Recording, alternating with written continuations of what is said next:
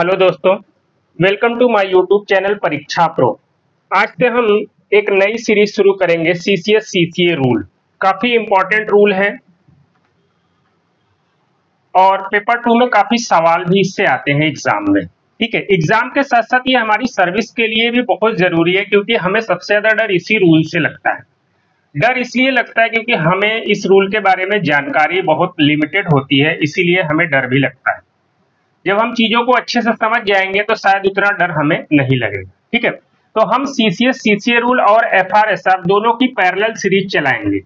एफआरएसआर के भी क्लासेज हम मतलब कि अपलोड होती रहेंगी, ताकि एफआरएसआर का जो बचा खुचा टॉपिक है वो भी कवर हो जाए और साथ ही साथ सीसीएस सीसीए रूल के भी टॉपिक कवर हो जाए।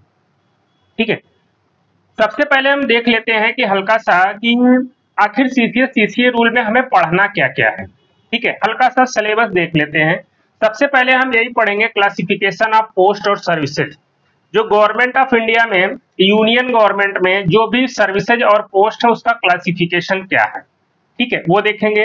फिर हम अपॉइंटिंग अथॉरिटी के बारे में पढ़ेंगे, फिर डिसिप्लिनरी अथॉरिटी के बारे में पढ़ेंगे। टोटल कितनी पेनाल्टी लगाई जा सकती है सीसीएस सीसीए रूल के तहत, उनके बारे में पढ़ेंगे। टोटल माइनर पेनाल्टी कितनी है, मेजर पेनाल्टी कितनी है, एक एक पेनाल्टी के बारे में पढ़ेंगे। उसके बाद हम पूरा प्रोसीजर पढ़ेंगे कि माइनर पेनाल्टी लगाने की प्रोसीजर क्या है, इनिशिएट करने की प्रोसीजर क्या है, मेजर पेनाल्टी की प्रोसीडिंग इनिशिएट करने की क्या प्रोसीजर है और पेनाल्टी लगाने का क्या प्रोसीजर है। और सबसे इंपॉर्टेंट टॉपिक इसका जो है सस्पेंशन, ये हम बहुत डिटेल में पढ़ेंगे। एवरी एस्पेक्ट हम सस्पेंशन का कवर करेंगे।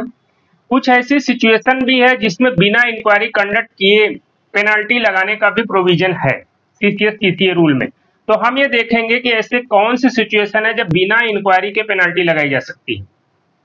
और उसके बाद जब किसी भी गवर्नमेंट एम्प्लॉय को पेनाल्टी लग जाती है तो उसके पास फर्दर रेमेडी क्या क्या बचता है। तो अपील, रिवीजन, रिव्यू, ये इतनी सारी चीजें जो है, इसमें और छोटे छोटे टॉपिक बीच बीच में आएंगे।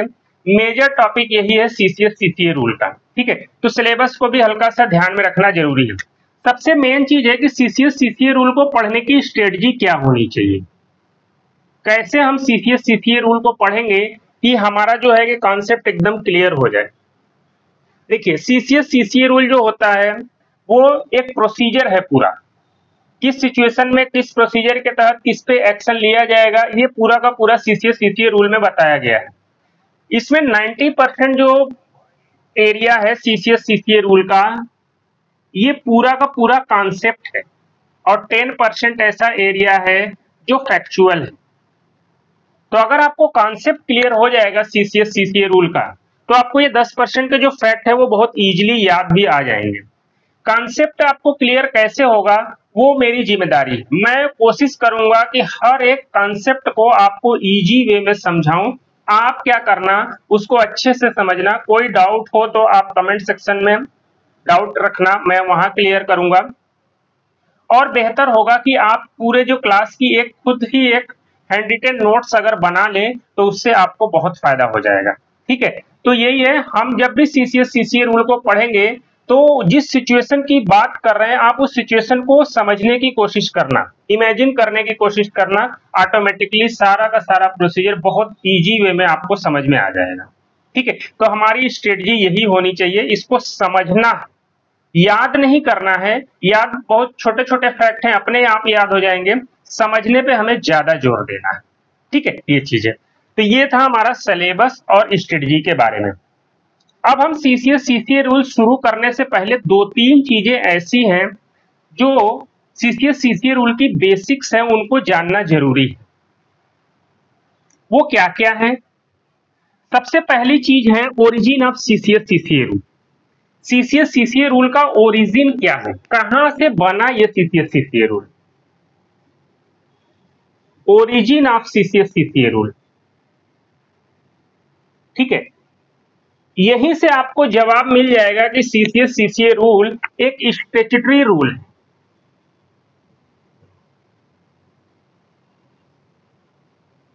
ठीक है, बाकी हमारे जो सर्विस रूल्स है, leave rule, LTC rule, pension rule, तमाम जो रूल है वो नॉन स्टैट्यूटरी रूल्स है, लेकिन सीसीएस सीसीए रूल एक स्टैट्यूटरी रूल्स है। तो ये हम देखेंगे कि क्यों सीसीएस सीसीए रूल एक स्टैट्यूटरी रूल है। ठीक है। उसके बाद हम पढ़ेंगे प्रिंसिपल ऑफ नेचुरल जस्टिस के बारे में।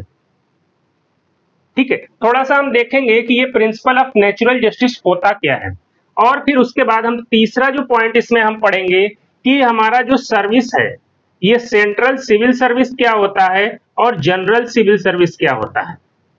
ठीक है, इसको समझने की कोशिश करेंगे, एक एक टर्म को समझने की कोशिश करेंगे ताकि हमारा कॉन्सेप्ट क्लियर हो। तो वन बाय वन हम शुरू करते हैं। सबसे पहले हम यही देखते हैं कि सीसीए रूल का ओरिजिन कहां से है। सीसीए रूल का ओरिजिन समझने के लिए हमें संविधान के 3 आर्टिकल को समझना पड़ेगा।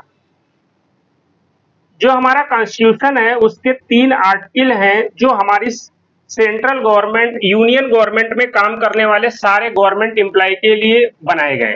ठीक है, पहला है आर्टिकल 309। ठीक है, आर्टिकल 310 एंड आर्टिकल 311, 311, ये तीनों बहुत इंपॉर्टेंट। आर्टिकल 309 में ये बोला गया है कि प्रेसिडेंट को, ये कॉन्स्टिट्यूशन ने ये पावर दे दी प्रेसिडेंट को कि प्रेसिडेंट यूनियन गवर्नमेंट के जो भी गवर्नमेंट एम्प्लॉय हैं उनकी सर्विस कंडीशन को रेगुलेट करने के लिए खुद रूल बनाए, को रेगुलेट करने के लिए रूल बना सकता है। ठीक है, आर्टिकल 309 में यही बात बोली गई है कि प्रेसिडेंट यूनियन गवर्नमेंट में काम करने वाले सारे गवर्नमेंट एम्प्लॉय के सर्विस कंडीशन को रेगुलेट करने के लिए रूल बना सकता है। ठीक है, अब चूंकि संविधान ने ही प्रेसिडेंट को पावर डेलीगेट कर दी कि प्रेसिडेंट जो है कि उनकी सर्विस कंडीशन को रेगुलेट करने के लिए रूल बना सकता है, तो इसीलिए प्रेसिडेंट को अब ये रूल बनाने के लिए पार्लियामेंट की कोई जरूरत नहीं है अप्रूवल का। क्यों? क्योंकि कॉन्स्टिट्यूशन ने ऑलरेडी ये पावर प्रेसिडेंट को दे रखी है। तो प्रेसिडेंट जो है हमारे लीव रूल, हमारे पेंशन रूल, कंडक्ट रूल, ठीक है, एलटीसी रूल, जो भी हमारे सर्विस रूल, पे रूल वगैरह तमाम रूल जो हैं वो सब जो हमारी सर्विस कंडीशन को रेगुलेट करने के लिए प्रेसिडेंट ने रूल बनाए हुए हैं। ये स्टैट्यूटरी नहीं है। स्टैट्यूटरी रूल का मतलब वो होता है कि होता क्या है कि कोई भी कॉन्स्टिट्यूशन है अगर उसमें कोई प्रोविजन दिया हुआ है, ठीक है, इस प्रोविजन को लागू करने के लिए पार्लियामेंट एक एक्ट पास करती है। एक्ट के आधार पे रूल बनाए जाते हैं और इस रूल के आधार पे ही संविधान का वो प्रोविजन जो है कि वो इंप्लीमेंट किया जाता है। तो एक्ट ऐसे केस में बनाए जाते हैं जब कॉन्स्टिट्यूशन ने किसी भी अथॉरिटी को वो पावर डेलीगेट नहीं की हुई। वो पावर कॉन्स्टिट्यूशन ने अगर पार्लियामेंट को डेलीगेट की हुई है तो पार्लियामेंट क्या करता है कि एक्ट पास करता है, एक्ट के बाद रूल बनाए जाते हैं और रूल के आधार पे उस प्रोविजन को इंप्लीमेंट किया जाता है। यहां पे आर्टिकल 309 में कॉन्स्टिट्यूशन ने प्रेसिडेंट को पावर दे दी कि वो यूनियन गवर्नमेंट के जो भी एम्प्लॉय है उनकी सर्विस कंडीशन को रेगुलेट करने के रूल बना सकता है। तो ऐसे में प्रेसिडेंट तो इज पार्ट ऑफ एग्जीक्यूटिव, तो वो खुद रूल बना सकता है, उसे पार्लियामेंट से कोई भी एक्ट को अप्रूव कराने की जरूरत नहीं।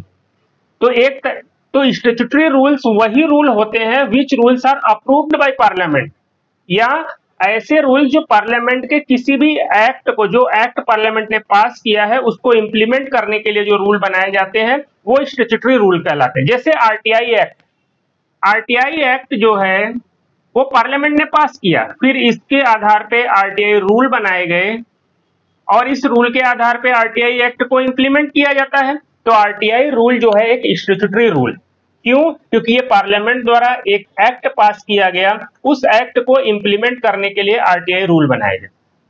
ठीक है, तो 309 में चूंकि प्रेसिडेंट को ऑलरेडी ऑथराइज किया जा चुका है सर्विस कंडीशन को रेगुलेट करने का रूल बनाने के लिए, इसीलिए प्रेसिडेंट को पार्लियामेंट के पास जाने की कोई जरूरत नहीं है, वो हमारे सर्विस कंडीशन को रेगुलेट करने के लिए रूल बना सकता है। ठीक है, इसीलिए हमारे अदर जो सर्विस रूल्स हैं वो नॉन स्टैट्यूटरी रूल्स है। क्यों? क्योंकि ये रूल्स पार्लियामेंट से अप्रूव कराने की जरूरत नहीं है, इस रूल को इंप्लीमेंट करने के लिए पार्लियामेंट के किसी एक्ट की भी जरूरत नहीं। आर्टिकल 310 में डॉक्ट्राइन ऑफ प्लीजर के बारे में बताया गया है। इसमें ये कहा गया है कि जो भी यूनियन गवर्नमेंट का जो है गवर्नमेंट एम्प्लॉय है, यूनियन का जो गवर्नमेंट सर्वेंट है वो प्रेसिडेंट की प्लीजर पे काम करेगा, और जो स्टेट का गवर्नमेंट सर्वेंट है वो गवर्नर की प्लीजर पे काम करेगा। ठीक है, आर्टिकल 310 में इतनी ही बातें बताई गई कि जो यूनियन गवर्नमेंट मतलब सेंट्रल गवर्नमेंट के जो भी गवर्नमेंट एम्प्लॉय है वो प्रेसिडेंट की प्लीजर तक अपना पोस्ट होल्ड करेंगे, और जो स्टेट गवर्नमेंट के एम्प्लॉय हैं वो गवर्नर की प्लीजर तक अपना पोस्ट होल्ड करेंगे। यही सवाल पिछले एग्जाम में अभी पूछा गया है कि संविधान के किस आर्टिकल में डॉक्ट्राइन ऑफ प्लीजर के बारे में बताया गया है, तो आर्टिकल 310 में बताया गया है। अब अगर इसके आधार पे चले तो प्रेसिडेंट कभी भी किसी भी गवर्नमेंट एम्प्लॉय को हटा सकते हैं। ठीक है, इसी को एक तरीके से रेगुलेट करने के लिए, प्रेसिडेंट के इसी पावर को रेगुलेट करने के लिए आर्टिकल 311 भी संविधान में इंसर्ट किया गया। आर्टिकल 311 में किसी भी गवर्नमेंट एम्प्लॉय के डिसमिसल, उसको सर्विस से रिमूवल या उसको रिडक्शन इन रैंक, ठीक है, इसके करने किसी भी गवर्नमेंट एम्प्लॉय को डिसमिस, रिमूव या उसके रैंक से में अगर रिडक्शन कर रहे हैं, एसओ से असिस्टेंट बना रहे हैं, तो उसका पूरा प्रोसीजर बता दिया गया। अगर 311 न अगर संविधान में होता तो प्रेसिडेंट अपनी इस पावर का इस्तेमाल करके किसी भी गवर्नमेंट एम्प्लॉय को जब चाहे तब टर्मिनेट कर सकते हैं, लेकिन आर्टिकल 311 उनके ऊपर एक रिस्ट्रिक्शन लगा देता है। ठीक है, तो देखते हैं कि आर्टिकल 311 में कहा क्या गया है।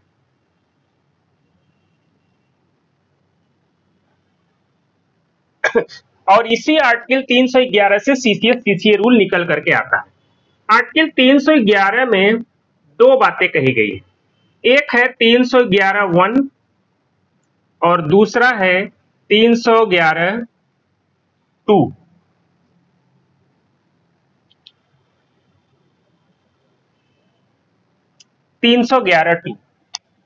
ठीक है, आर्टिकल 311(1) में केवल यह बात बोली गई है कि किसी भी गवर्नमेंट एम्प्लॉय को अगर उसको डिसमिस करना है, रिमूव करना है या उसको रैंक को रिड्यूस करना है, ठीक है, तो ये उसी अथॉरिटी के द्वारा किया जाएगा जिसने उसको अपॉइंट किया है।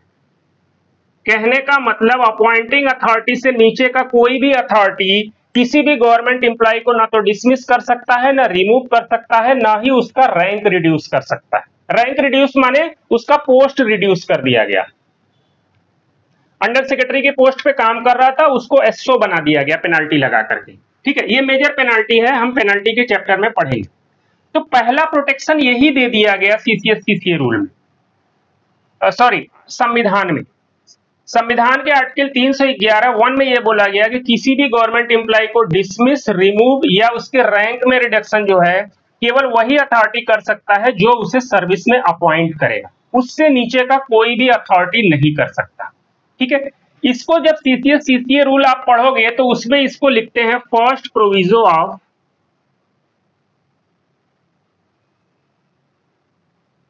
आर्टिकल 311।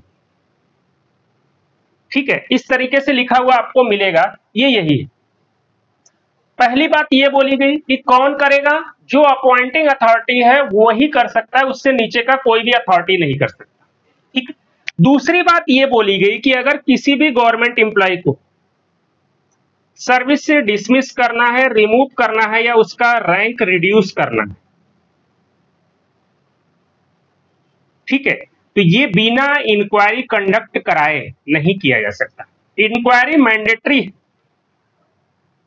बिना इंक्वायरी कंडक्ट कराए किसी भी गवर्नमेंट एम्प्लॉय को ना तो डिसमिस किया जा सकता है, ना रिमूव किया जा सकता है, और ना ही उसका रैंक रिड्यूस किया जा सकता है। ठीक है, ड्यूरिंग इस इंक्वायरी उसको पूरी अपॉर्चुनिटी प्रोवाइड की जाएगी, उसको ये बताया जाएगा कि आपके ऊपर क्या एलिगेशन है, जो कि हम चार्ज मेमो के तहत बताते हैं उसको, और उसको पूरी अपॉर्चुनिटी दी जाएगी अपना पक्ष रखने की। ये बात आर्टिकल 311(2) में बताई गई। हालांकि इसी आर्टिकल में 3 ऐसी सिचुएशन भी बताई गई है जब बिना इंक्वायरी के किसी के ऊपर किसी को डिसमिस, रिमूव या उसका रैंक रिड्यूस किया जा सकता है, बिना इंक्वायरी के। पहला, अगर वो गवर्नमेंट एम्प्लॉय किसी भी क्रिमिनल केस में कन्विक्ट हो गया, क्रिमिनल कन्विक्शन, ठीक है। दूसरा, अगर डिसिप्लिनरी अथॉरिटी को यह लगता है कि इंक्वायरी कंडक्ट कराना पॉसिबल नहीं, ठीक है, ऐसी सिचुएशन है कि इंक्वायरी कंडक्ट कराना पॉसिबल ही नहीं है।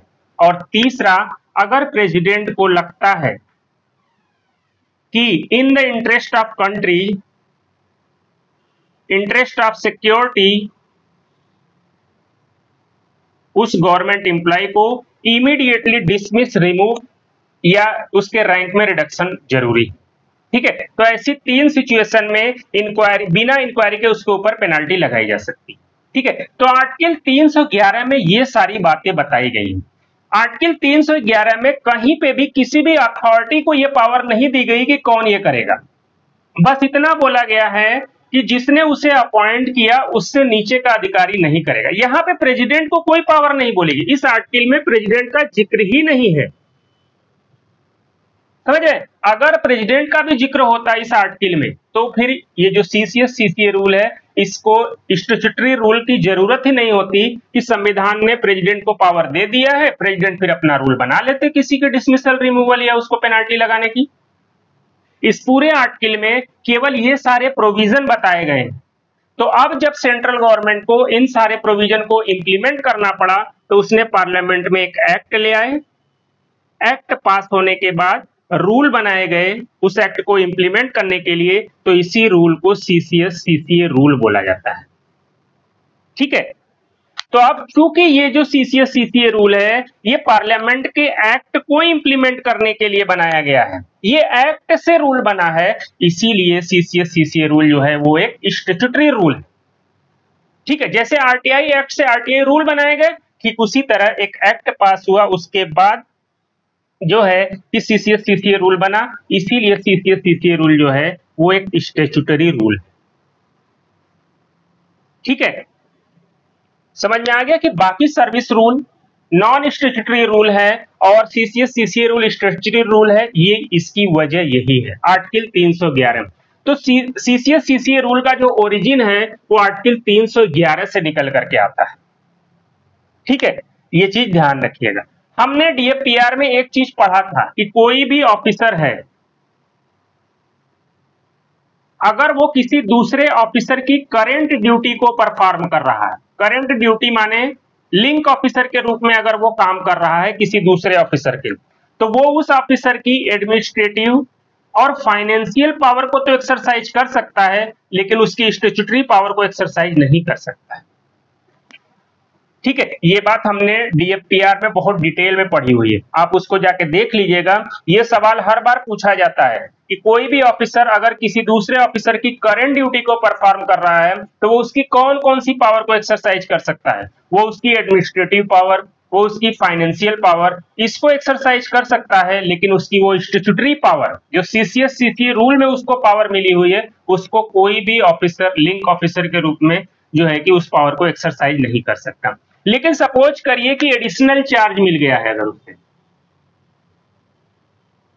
तो ऐसे केस में चूंकि अब वो उसका चार्ज मिल गया है तो वो एडमिनिस्ट्रेटिव, फाइनेंशियल और स्टैट्यूटरी तीनों पावर को एक्सरसाइज कर सकता है, ठीक है। तो ये बात ध्यान रखिएगा, आर्टिकल 311 को अच्छे से समझ लीजिएगा। अब हम अगले पे आते हैं प्रिंसिपल ऑफ नेचुरल जस्टिस कि ये है क्या।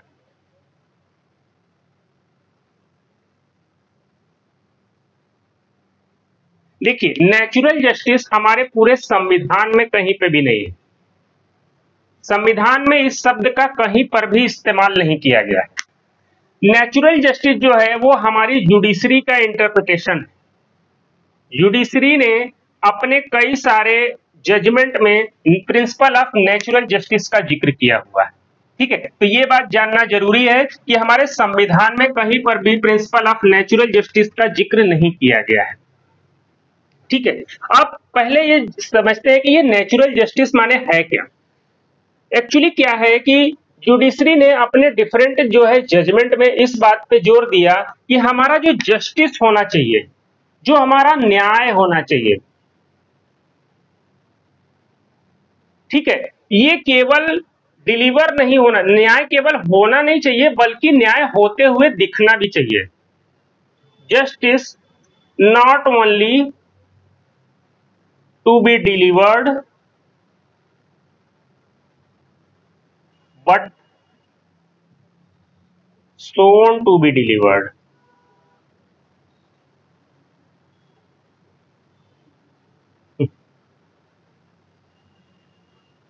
हमारी जुडिशरी ने यह कहा कि न्याय केवल होना नहीं चाहिए बल्कि न्याय होते हुए दिखना भी चाहिए। न्याय होते हुए दिखेगा कब? जब हम जस्टिस में नेचुरल जस्टिस के कंपोनेंट को शामिल करेंगे तब।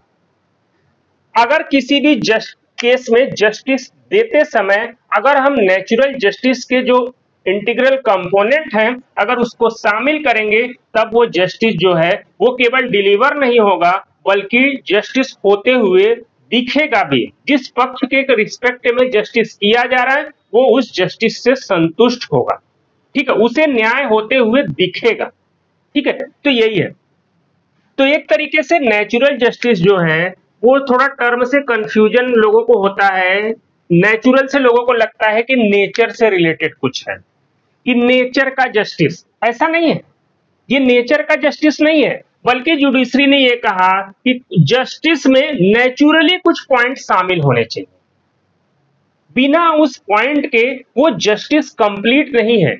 अगर उन नेचुरली जो है कि जस्टिस में कुछ पॉइंट शामिल होने चाहिए, अगर वो पॉइंट शामिल नहीं है तो जस्टिस तो डिलीवर हो जाएगा लेकिन जस्टिस होते हुए नहीं, मतलब कि जस्टिस जो है ना कि केवल होना नहीं चाहिए बल्कि दिखना भी चाहिए कि जस्टिस हो रहा है, वो कंपोनेंट अधूरा रह जाएगा। तो अब हम देखते हैं कि ये नेचुरल जस्टिस के कंपोनेंट क्या क्या होते हैं। वैसे तो ये कॉन्सेप्ट बहुत बड़ा है लेकिन जुडिशरी ने कहा है कि ये 3 कंपोनेंट जो है कि नेचुरल जस्टिस में होना बहुत जरूरी है। पहला ये बोला गया कि no person will be punished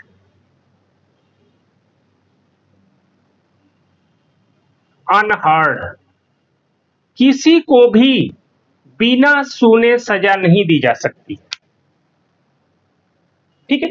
पहली बात यही बोली गई, no person will be punished unheard, बिना उसे सुने, बिना उसका पक्ष जाने, बिना उसको अपने आप को डिफेंड करने की अपॉर्चुनिटी दिए जो है किसी को पनिश नहीं किया जा सकता।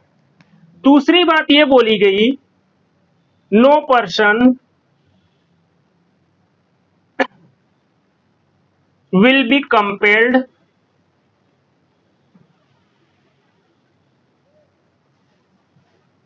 to be witness in own case, किसी भी व्यक्ति को उसके अपने केस में उसे विटनेस बनने के लिए मजबूर नहीं किया जा सकता, ठीक है, ये भी बात बोली गई। और तीसरी बात ये बोली गई, no person can be a judge in own case, ठीक है। ये 3 बातें नेचुरल जस्टिस में शामिल हैं। अगर ये तीनों कंप्लीट हो रही हैं, ये तीनों किसी भी जस्टिस सिस्टम में अप्लाई की जा रही हैं तो ये माना जाता है कि ये जो जस्टिस है इसने नेचुरल जस्टिस के जो कॉन्सेप्ट है, जो प्रिंसिपल है उसको फॉलो किया। और ऐसे केस में जस्टिस नॉट ओनली ये केवल डिलीवर नहीं होगा बल्कि सोन टू बी डिलीवर्ड भी होगा, जस्टिस को न्याय होते हुए दिखेगा भी, ठीक है। पहला यही है, no person will be punished unheard, बिना किसी का पक्ष सुने उसे सजा नहीं दी जा सकती। दूसरा, किसी भी पर्सन को अपने खुद के केस में विटनेस बनने के लिए कंपेल फोर्स नहीं किया जा सकता। वो खुद से विटनेस बनना चाहे तो बन सकता है लेकिन प्रोसिक्यूशन साइड उसको कंपेल नहीं करेगा कि आप जो है कि अपने केस में खुद विटनेस बनो, कबूल करो, ठीक है, एक्सेप्ट करो चार्जेज, इसके लिए कोई उसे कंपेल नहीं कर सकता। और तीसरी बात ये बोली गई कि नो पर्सन कैन बी ए जज इन ओन केस, अगर कोई भी अथॉरिटी है, कंप्लेन उसी के खिलाफ है तो वो खुद उस केस में फैसला नहीं ले सकता, ठीक है। तो ये तीनों इंपॉर्टेंट कंपोनेंट हैं नेचुरल जस्टिस के, इनको समझना बहुत जरूरी है। जो सीसीएस सीसीए रूल होता है वो नेचुरल जस्टिस के कॉन्सेप्ट को फॉलो करता है। ठीक है, इसीलिए आगे जब हम अभी पढ़ेंगे सीसीएस सीसीए रूल के जो प्रोसीजर पढ़ेंगे तो हर जगह आप देखोगे कि ये तीनों कंपोनेंट जो हैं आपको बराबर देखने को मिलेंगे। ये भी मिलेगा, ये भी मिलेगा और ये भी मिलेगा। जहां जहां आएगा मैं आपको बताता जाऊंगा। जैसे किसी भी गवर्नमेंट एम्प्लॉय को जब कोई वो मिसकंडक्ट करता है तो उसको चार्जशीट दी जाती है बताने के लिए कि आपने क्या किया है, और उस पर उसका रिप्लाई मांगा जाता है, उसको अपॉर्चुनिटी दी जाती है कि आप अपना पक्ष रखिए, उसके बाद डिसीजन लिया जाता है। प्रॉपर इंक्वायरी कंडक्ट कराई जाती है मेजर पेनल्टी की प्रोसीडिंग में, तो ये पूरा एक तरीके से उसको अपॉर्चुनिटी दी गई। दूसरा वाला भी एकदम पूरी तरह लागू किया जाता है कि जो भी चार्ज ऑफिसर है, जो भी गवर्नमेंट एम्प्लॉय है, जो कि जिसके ऊपर चार्जेज लगे हैं, वो विटनेस बनना ना बनना ये उसकी अपनी मर्जी पर डिपेंड करता है। और तीसरा जब हम देखेंगे कि अगर कोई भी केस है, अगर कंप्लेनेंट खुद डिसिप्लिनरी अथॉरिटी ही कंप्लेनेंट है या विटनेस है, मतलब किसी भी तरीके से अगर उस केस से रिलेटेड है, तो वो ऐसे केस में वो जजमेंट नहीं दे पाता है। ठीक है, तो ये सारा जो है आपको आगे जो है कि देखने को मिलेगा। अब हम थोड़ा सा समझ लेते हैं कि ये सेंट्रल सिविल सर्विस और जनरल सिविल सर्विस क्या होता है।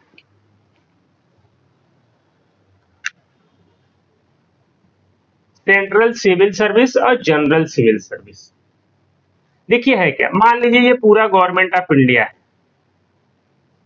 ठीक है, भारत सरकार के जितने ऑफिसेज हैं मान लीजिए यही, इसमें तमाम पोस्ट हैं, भारत सरकार के तमाम पोस्ट हैं जिस पे तमाम गवर्नमेंट एम्प्लॉय जो है कि वो अपॉइंटेड हैं और वो भारत सरकार की ड्यूटी कर रहे हैं, जो भी ड्यूटी असाइंड है वो अपना कर रहे हैं। ठीक है, ये चीज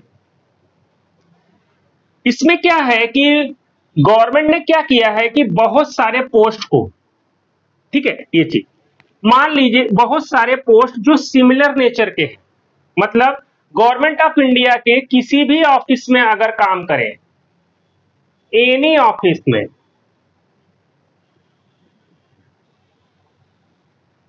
अगर उस पोस्ट पे कोई काम कर रहा है तो ये सिमिलर टाइप का वर्क अगर कर रहे हैं, ठीक है, तो इस तरह के पोस्ट को आइडेंटिफाई करके गवर्नमेंट ने उनको सेंट्रलाइज कर दिया है। मान लीजिए इतने पोस्ट हैं जिनको गवर्नमेंट ने आइडेंटिफाई किया कि ये सब सिमिलर नेचर की ड्यूटी है इनकी, ठीक है, तो इनको क्या किया कि इनकी सर्विस को रेगुलेट करने के लिए गवर्नमेंट ने क्या किया, इनकी सर्विस को सेंट्रलाइज कर दिया। ठीक है, मतलब इन सारे पोस्ट को उठा करके एक सेंट्रलाइज सर्विस बना दिया जिसको बोलते हैं सेंट्रल सिविल सर्विस। ठीक है, उस सर्विस में इन सारे पोस्ट को रख दिया। इससे फायदा क्या होगा, इस पूरे पोस्ट का जो रेगुलेशन होगा ये एक कैडर कंट्रोलिंग अथॉरिटी को दे दी, कोई एक कैडर बना दिया, कैडर कंट्रोलिंग अथॉरिटी, वो क्या करता है, उनकी सर्विस को रेगुलेट करता है। ठीक है, सारे जो है कि मिनिस्ट्री डिपार्टमेंट या ऑफिसेज अपने अपने एम्प्लॉइज के जो है कि कैडर को रेगुलेट नहीं करेंगे, बल्कि एक कैडर कंट्रोलिंग अथॉरिटी बना दिया गया, वही सबके रेगुलेट करे। दूसरा, इनकी जो भी सर्विस कंडीशन है, ठीक है, ये किसी भी ऑफिस में काम करे, भारत सरकार के कहीं पर भी काम करे, ये सबके लिए सेम रहे, सेम प्रमोशन, सेम पे scale, almost same nature of duties.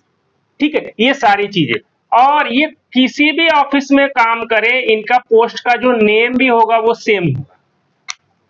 ठीक है, अंडर सेक्रेटरी इस मिनिस्ट्री में है तो भी अंडर सेक्रेटरी, दूसरी मिनिस्ट्री में है तो भी अंडर सेक्रेटरी, किसी भी मिनिस्ट्री में किसी भी ऑफिस में काम करेगा जहां पे वो सेंट्रलाइज किया गया है, वो सब के सब जो है अंडर सेक्रेटरी नाम से ही जाने जाए।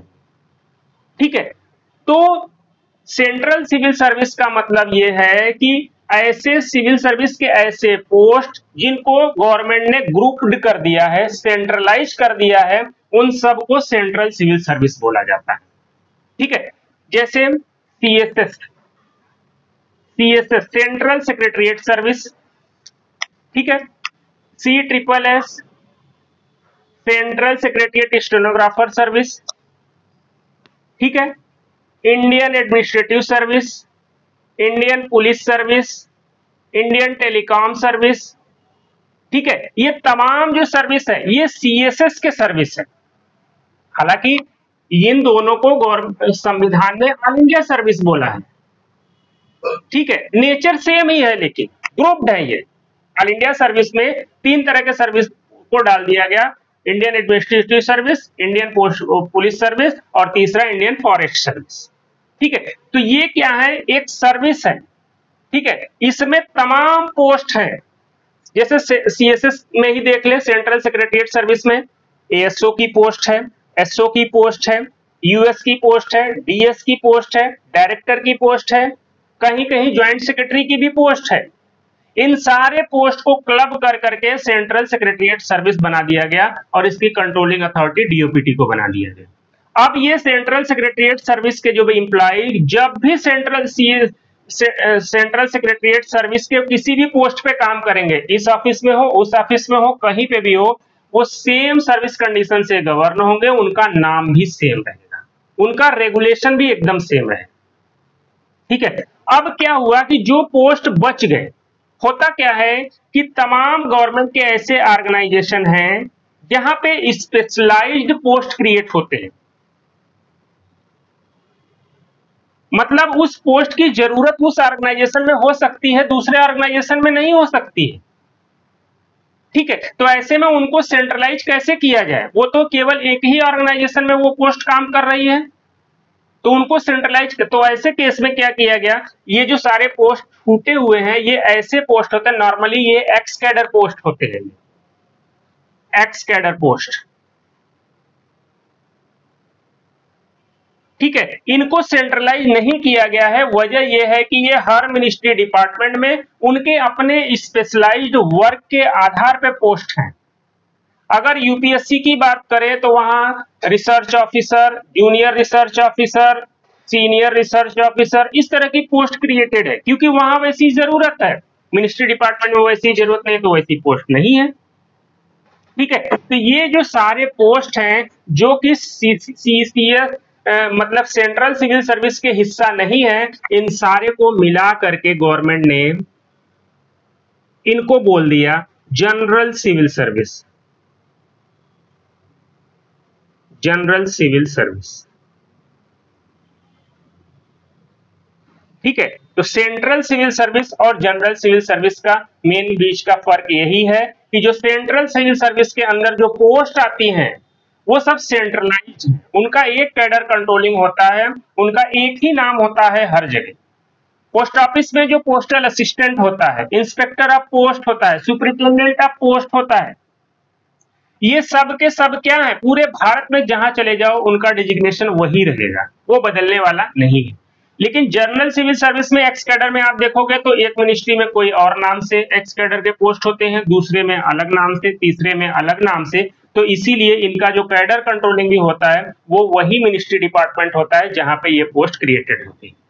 ठीक है, तो जो पोस्ट सेंट्रलाइज कैडर में मतलब सीसीएस के हिस्सा नहीं है, उन सब को एक कॉमन नेम दे दिया गया, जनरल सिविल सर्विस।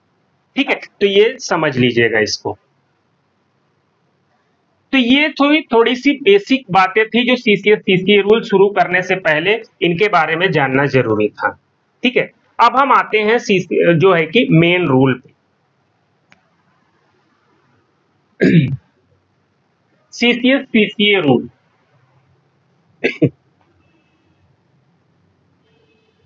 सबसे पहले जानते हैं कि ये सीसीए का फुल फॉर्म क्या होता है। सीसीए का जो फुल फॉर्म है एकदम ये उसी ऑर्डर में बनाया गया है जिस ऑर्डर में ये किताब है। पहला जो सी है उसका फुल फॉर्म होता है क्लासिफिकेशन, दूसरा सी जो है वो कंट्रोल है, और तीसरा जो ए है उसका मतलब होता है अपील। ठीक है, बुक में सबसे पहले क्लासिफिकेशन ऑफ पोस्ट के बारे में बात की गई है, उसके बाद कंट्रोल मैकेनिज्म बताया गया है कि कैसे माइनर और मेजर पेनाल्टी की प्रोसीडिंग चलाई जाती है। ठीक है, ये पूरा कंट्रोल मैकेनिज्म है, और अगर माइनर और मेजर पेनाल्टी के तहत किसी को प्रोसीडिंग के तहत किसी को पेनाल्टी लग जाती है तो पेनाल्टी के बाद उसको अपील करने का क्या प्रोविजन है ये बताया गया है। ठीक है, तो सीसीए का जो फुल फॉर्म है क्लासिफिकेशन, कंट्रोल एंड अपील। ठीक है, ये चीज जो सीसीए रूल था वो 1965 में बना। कंडक्ट रूल जो है वो 1964 में बना था, उसके एक साल के बाद सीसीए रूल बना और ये 1 दिसंबर 1965 से ये रूल जो है कि इंप्लीमेंट हुआ था। ठीक है, तो ये डेट भी याद रखिएगा। ठीक है, डिफिनीशन कई सारे सीसीए रूल में दिए हुए हैं, लेकिन हम वो सारे डिफिनीशन ऑलरेडी पढ़ चुके हैं। जो कुछ नए हैं हम केवल वही पढ़ेंगे। एक चीज जैसे एचओडी, हेड ऑफ ऑफिस, ये सब हम डीएफपीआर में बहुत डिटेल में पढ़ चुके हैं, जानने की जरूरत नहीं है। एक चीज हम यहाँ पे देख लेते हैं कि जो सीसीए रूल में जो सेक्रेटरी टर्म का यूज हुआ है, उस सेक्रेटरी में कौन कौन से सेक्रेटरी शामिल होते हैं। ठीक है, पहला जो secretary to the government of India है, जो सारी मिनिस्ट्री डिपार्टमेंट में काम करता है, सारे मिनिस्ट्री डिपार्टमेंट के secretary to the government of India जो होता है वो सेक्रेटरी के डिफिनीशन में शामिल। इसके अलावा ये बोला गया है कि कोई भी स्पेशल सेक्रेटरी या एडिशनल सेक्रेटरी, ठीक है, ये भी सेक्रेटरी के डिफिनीशन में आता है। मतलब सीसीए रूल में जो पावर सेक्रेटरी के बारे में बताई गई है, तो अगर एडिशनल सेक्रेटरी या स्पेशल सेक्रेटरी इंडिपेंडेंट चार्ज में है उस ऑर्गेनाइजेशन के, उस डिपार्टमेंट के, तो वो उस सेक्रेटरी की पावर को एक्सरसाइज कर सकते हैं। ठीक है, एक चीज। अगली बात ये भी बोली गई है कि अगर कोई joint secretary to the government of India है और किसी भी डिपार्टमेंट का या मिनिस्ट्री का इसके पास इंडिपेंडेंट चार्ज है, मतलब इसके ऊपर ना तो कोई एडिशनल सेक्रेटरी ना कोई सेक्रेटरी है, तो ये भी सेक्रेटरी की डिफिनीशन में आता है और ये सेक्रेटरी की पावर को एक्सरसाइज कर सकता है। इसके अलावा ये बोला गया है कि कैबिनेट सेक्रेटरीट के रिस्पेक्ट में सेक्रेटरी टू द कैबिनेट, ध्यान रखिएगा सेक्रेटरी टू द कैबिनेट है, कैबिनेट सेक्रेटरी नहीं। ठीक है, अगला ये बोला गया है प्रेसिडेंट के रिस्पेक्ट में, प्रेसिडेंट सेक्रेटरीट के रिस्पेक्ट में ये बोला गया है कि जो सेक्रेटरी टू द प्रेसिडेंट होता है वो भी सेक्रेटरी की डिफिनीशन में आता है, और साथ ही साथ मिलिट्री सेक्रेटरी भी एक होता है, military secretary to the president, ये भी सेक्रेटरी की डिफिनीशन में आता है। पीएमओ के रिस्पेक्ट में अगर हम बात करें तो सेक्रेटरी टू पीएम, ये भी सेक्रेटरी की डिफिनीशन में आता है। और जो है अगर हम प्लानिंग कमीशन की बात करें, नीति आयोग जो अभी हो गया, तो इसमें भी जो सेक्रेटरी होता है या एडिशनल सेक्रेटरी, ये भी सेक्रेटरी की डिफिनीशन में आता है। ठीक है, तो ये एक छोटा सा सवाल आपसे पूछा जा सकता है कि ये जो सेक्रेटरी की जो डिफिनीशन है सीसीए रूल में, इसमें कौन कौन से लोग आते हैं। तो ये सारी चीजें हैं, इसको हल्का सा देख लीजिएगा। अब हम देख लेते हैं कि सीसीए रूल किस पे अप्लाई होता है।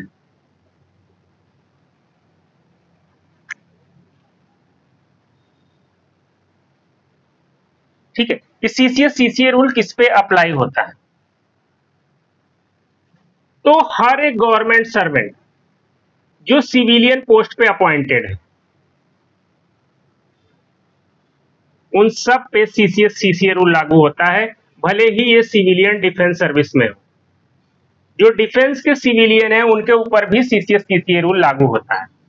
मेन इंपॉर्टेंट है कि किसके किसके पे लागू नहीं होता है, नॉट अप्लाई। तो पहला वही रेलवे वालों पे लागू नहीं होता है, रेलवे पे हमारा कोई भी रूल लागू नहीं होता है, केवल एक रूल लागू होता है जो एलटीसी रूल, बाकी कोई रूल लागू नहीं होता है। दूसरा, जो ऑल इंडिया सर्विस के जो एम्प्लॉय हैं उनके ऊपर भी लागू नहीं होता है। तीसरा, जो कैजुअल एम्प्लॉय हैं, डेली रेटेड, जिनको डेली वर्क के आधार पे पेमेंट किया जाता है, डेली रेटेड, या ऐसे पर्सन जिनका पेमेंट कंटिंजेंसी से होता है।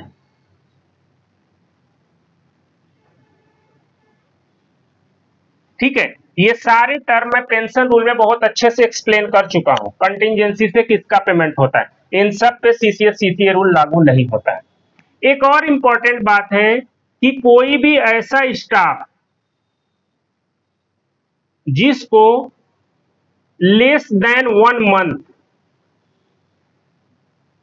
की नोटिस देके अगर उसको डिस्चार्ज किया जा सकता है, उसको हटाया जा सकता है,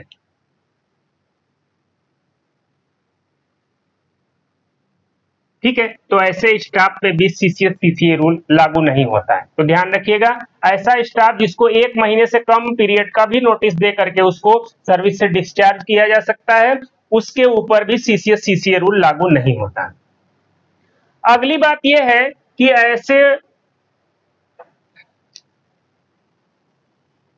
ऐसे जो स्टाफ हैं या ऑफिसर हैं जिनके लिए स्पेशल प्रोविजन बनाए गए, ठीक है, तो इनके ऊपर भी सीसीएस सीसीए रूल लागू नहीं होता है। ठीक है, ये चीज आगे एक बात और बोली गई है कि सीसीएस सीसीए रूल में प्रेसिडेंट को ये पावर है कि वो चाहे तो किसी भी कैटेगरी ऑफ स्टाफ को सीसीएस सीसीए रूल से एक्सक्लूड कर सकता है। ठीक है, प्रेसिडेंट को ये पावर सीसीएस सीसीए रूल में दी गई है कि वो चाहे तो किसी भी कैटेगरी के स्टाफ को, सर्विस के एम्प्लॉइज को सीसीएस सीसीए रूल के एप्लीकेशन से बाहर कर सकता है। मतलब कल को प्रेसिडेंट को अगर मन करे कि सेंट्रल सेक्रेटरीट सर्विस के जो भी एम्प्लॉय है इनके ऊपर सीसीएस सीसीए रूल लागू नहीं होगा, तो प्रेसिडेंट ऑर्डर निकाल करके ऐसा कर सकते हैं। ठीक है, ये चीज। अब एक बात आती है कि कोई भी गवर्नमेंट सर्वेंट है, अगर उसका ट्रांसफर,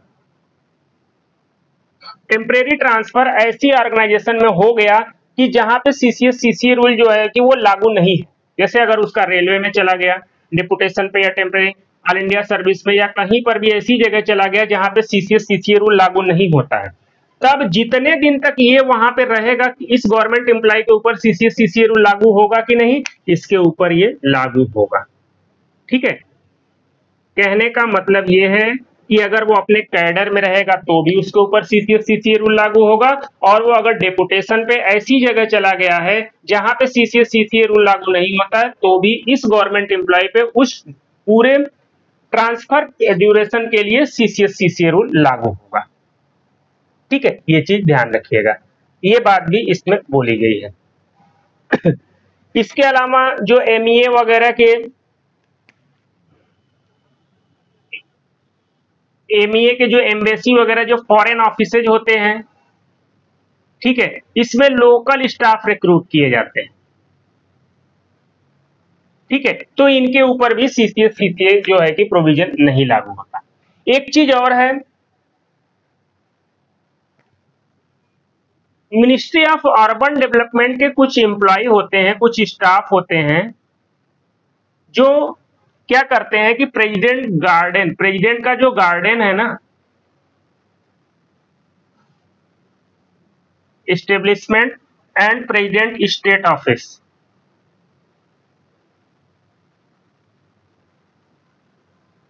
ठीक है, वो इसके स्टाफ होते हैं। ठीक है, तो इनके ऊपर भी सीसीएस सीसीए रूल लागू नहीं।